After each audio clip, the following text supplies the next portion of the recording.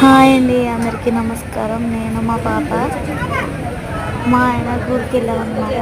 ఏ గుడికి అన్నమాట, సుబ్రహ్మణ్య స్వామి గుడికి.